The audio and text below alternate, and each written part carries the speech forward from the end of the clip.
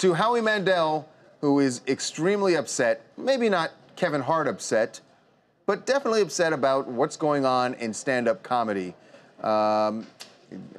Basically, we got him when he was walking out of Craig's and asked him... and Howie's, you know Howie, obviously, from so many things, from Deal No Deal, from AGT. But Howie's a stand-up But Howie's comedian. A stand-up comic. Right, and a very funny one if you've ever seen him.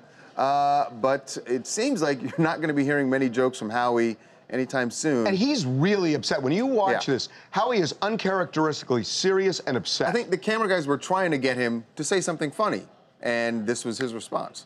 What do you think about the future of stand-up comedy? Are we too politically correct? No, I'm having a tough time right now. We're too politically correct. I have really funny answers for you that I can't give you anymore.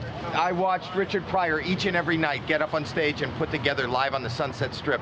And every night he said things that were jaw-dropping and exciting and edgy and different, and he inspired me to go out there and be somewhat fearless. You know, I'll never be what he was, not even a percentage of what he was. But truth be told, he made it fun. It doesn't exist anymore. You could lose an entire career just by trying out one piece of material. Yeah, he did not say exactly who he was referring to, but clearly there's something that has happened recently. Do you think it might be Roseanne? It could be Roseanne. It could be the Norm Macdonald. Joke, though. Well, she said it was a joke. Yeah, but come on, man. but well, no, I'm not defending it. I'm just saying, do you think he's... I mean, if you're up on the stage and you're making jokes and you're going a little bit far, you're talking about different groups and stuff like that, but we have to draw the line, obviously, at stuff like what Roseanne. Yeah, the problem is we don't know exactly what he's referring to. I would also argue that in these times, Instagram and Twitter and all that stuff is all attached to stand-up comedy. Not true at all. I got to tell you, though. It is. I'll tell you what the difference is. The difference is it's the same thing as a text message, and this is a danger that people should be wary of. When you're sending a text message back and forth to people, they had better know the tone in which you're talking to them, because those messages are static, they have no emotion, they have no feeling. When you're on a stage in a comedy club and people are laughing and there's a back and forth, there's context, there's emotion, there's all kinds of different things that you can't convey in words. I'm not saying it's not dangerous, I'm just saying it's part of the marketing of people now, of entertainers, that it's all part of the marketing. Kim and Kanye do it brilliantly, but it's all part of the marketing. They do it through pictures and they do it through things like that. If you go on... I'm not saying it's right.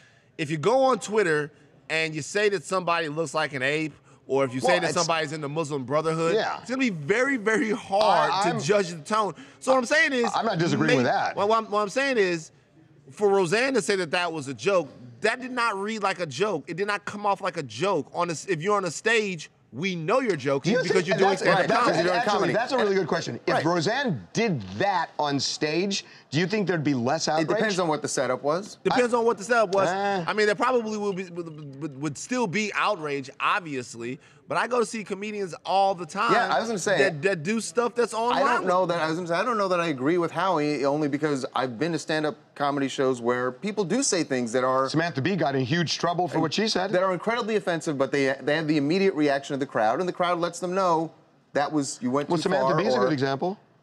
But she wasn't doing stand-up when she did. She was it was her show. I mean, it's not a stand-up show. It's a television show. But what's the difference? I mean, she's doing it in front of an audience, and she's trying to be funny and ironic. I'm telling you, the venue, it matters. Yeah, makes a difference.